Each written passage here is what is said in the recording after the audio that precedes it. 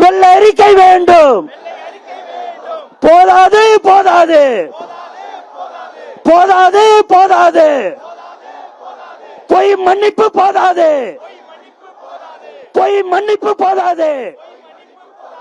போதாது போதாது போதாது போதாது பொய் மன்னிப்பு போதாது. நீதி வேண்டும் நீதி வேண்டும் நீதி வேண்டும் நீதி வேண்டும். அஜித் குமாருக்கு நீதி வேண்டும். அஜித் குமாருக்கு நீதி வேண்டும். நீதி வேண்டும் நீதி வேண்டும் நீதி வேண்டும் நீதி வேண்டும். அனைவருக்கும் நீதி வேண்டும். அனைவருக்கும் நீதி வேண்டும். உயிரின் மதிப்பு தெரியுமா? உயிரின் மதிப்பு தெரியுமா? மன்னர் ஆட்சிக்கு புரியுமா? மன்னர் ஆட்சிக்கு புரியுமா? நீதி வேண்டும் நீதி வேண்டும் நீதி வேண்டும் நீதி வேண்டும் நீதி வேண்டும் நீதி வேண்டும். அனைவருக்கும் நீதி வேண்டும். அனைவருக்கும் நீதி வேண்டும். அனைவருக்கும் நீதி வேண்டும். நன்றி. இப்போது கண்டன உரை வழங்குவதற்காக உதவி பொதுச் செயலாளர் அண்ணன் சிடிஆர் நிர்மல்குமார் அவர்களை அன்போடு அழைக்கிறேன்.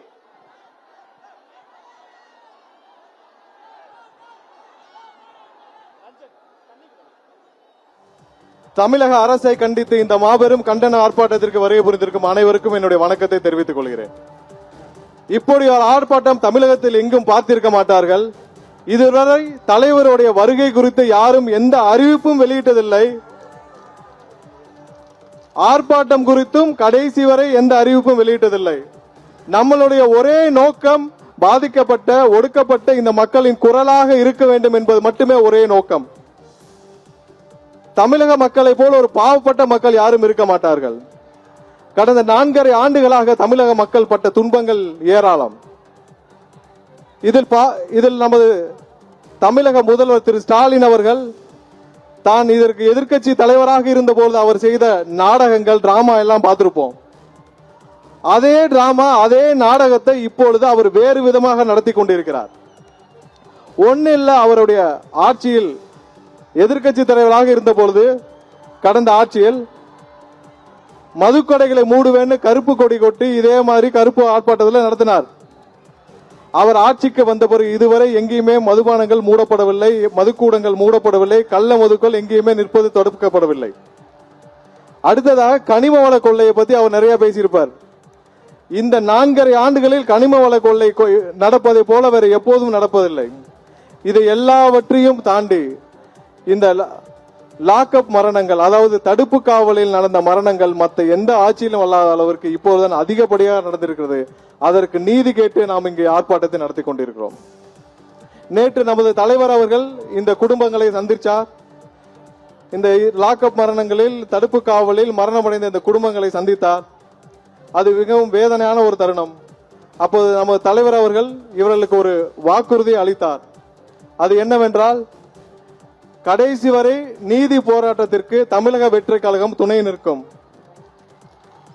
நீதிமன்றங்கள் மூலமாக நமக்கு இவர்கள் அனைவருக்கும் நீதிகளை பெற்று தருவதற்கு நமது தமிழக வெற்றி கழகம் துணை நிற்கும். அதே போல நமது நிர்வாகிகளும் அனைவரும் அந்தந்த மாவட்டங்களில் இவர்களுக்கு துணையாக இருந்து சட்ட போராட்டங்களுக்கு அனைத்து உதவிகளும் செய்வோம் என்று உறுதி கூறியிருக்கிறார். 4.5 ஆண்டுகளாக நீங்கள் முதலமைச்சராக வெறும் ஒரு கையெழுத்து போடும் முதலமைச்சராக அலங்கரித்து விட்டீர்கள்.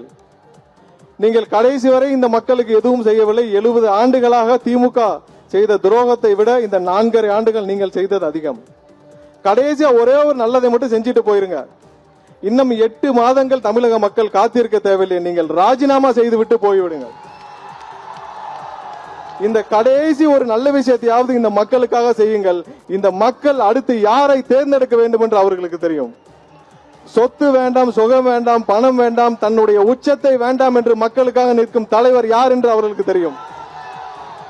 அந்த தலைவரை அவர்கள் தேர்ந்தெடுப்பார்கள். தயவு செய்து கடைசியாக உங்கள் வாழ்க்கையில் நீங்கள் வரலாறில் கண்டிப்பாக வரலாறு உங்களை தூற்றும். அந்த வரலாறிலிருந்து கடைசி ஒரு நல்லதை செய்துவிட்டு போங்கள். அது உங்களுக்கு நல்ல பேரை ஏற்படுத்தி கொடுக்கும். இந்த ஆர்ப்பாட்டத்திற்கு அமைதியாக இங்கே கலந்து கொண்ட அனைவருக்கும் என்னுடைய நன்றியை தெரிவித்துக் கொள்கிறேன். நமது சட்ட போராட்டம் தொடரும். வருகை புரிந்த அனைவருக்கும் இந்த வாய்ப்பை வழங்கிய நமது தலைவர் அவர்களுக்கும் என்னுடைய நன்றியை தெரிவித்துக் கொள்கிறேன். நன்றி.